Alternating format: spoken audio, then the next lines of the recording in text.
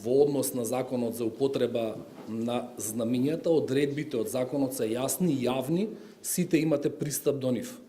Се што е утврдено во законот, треба да го почитуваат сите.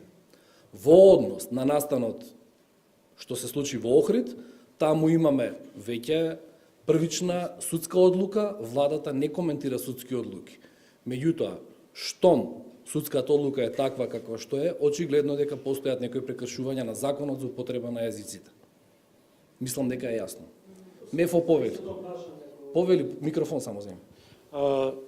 Добро, ме интересира кој беше сам доколку беше поставено друго знаме. Ево сега овој пат се случи со албанското знаме што за жал во некои од медиумите се интерпретираше како знаме од друга држава, дека а не дека тоа и знаме кој што го користат 25-30% колку се албанци тука.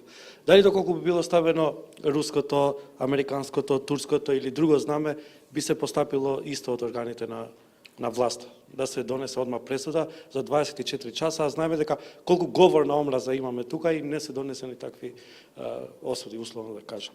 Значи, ваш став за тоа? Уште еднаш, не би навлегувале конкретно за судската одлука и судската пресуда да ја коментираме.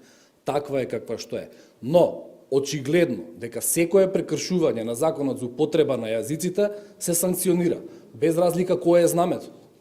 Си имаме во Македонија закон за употреба на јазици, на знамиња, со јасни одредби, со јасни клаузули, со јасни членови.